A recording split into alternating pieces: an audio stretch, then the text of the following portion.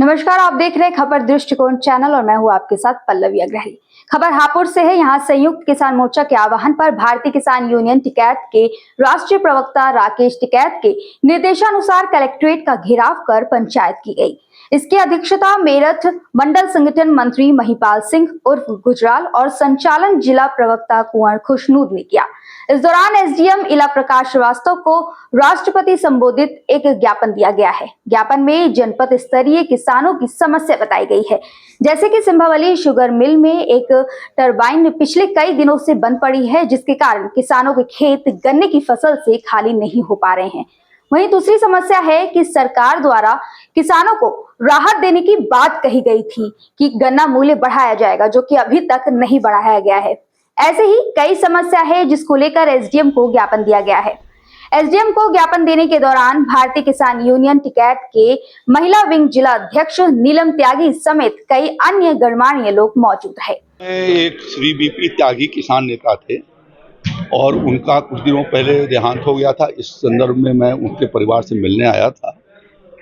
आज यहाँ पर हम लोगों ने बहुत ब्रिटिश पीरियड के पहले से यहाँ एक राजकीय कृषि विद्यालय चलता रहा है जो डिप्लोमा सर्टिफिकेट दिया करता था।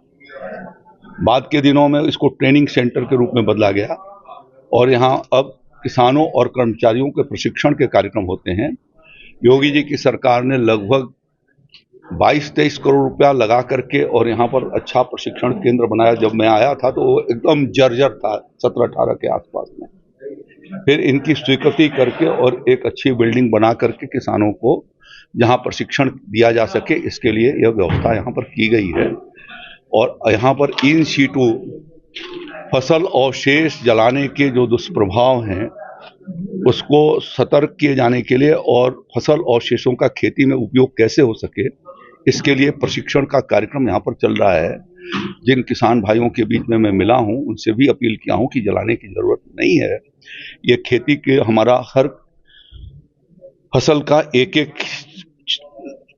जो उसका उत्पाद है वो प्रकृति के दृष्टि से और मानव शरीर के लिए और साथ साथ में भूमि की गुणवत्ता को बनाए जाने के उपयोग में लाया जा सकता है। इस नाते वो उसको जलाने की जगह पर उससे उसका उपयोग उसमें करें, खेती के प्रयोग में करें। उसके लिए कृषि यंत्र 80% अनुदान पर किसान भाइयों को उपलब्ध करा रहे हैं, जिससे उसके छोटे छोटे टुकड़े हो सकते हैं, उनको जमीन में मिक्सिंग की जा सकती है, उनको बाइंड किया जा सकता है। बेलर उसके लिए दिए जा रहे हैं, बाइंडर उसके लिए दिए जा रहे हैं, एक्स्ट्रा रीपर दिए जा रहे हैं। तो उस योजनाओं का लाभ किसान भाइयों को उठाना चाहिए।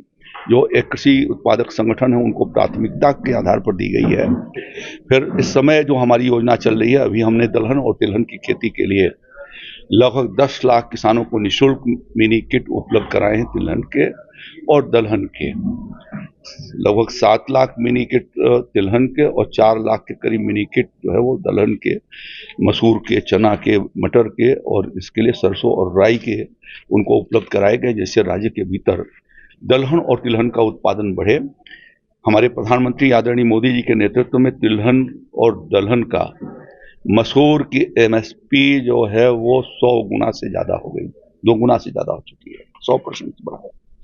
इसी तरीके से चना की एमएसपी जो है वो 70% से ऊपर है। सरसों की एमएसपी 95% से ऊपर है। यदि किसान उसकी खेती करता है तो उसको ज्यादा फायदा हो सकता है। ये खबर है मोनिश खान की। बाकी आगे के ऐसे ही देश दुनिया तमाम खबरों को देखने के लिए हमारे चैनल खबर दृष्टिकोण के साथ बने रहे।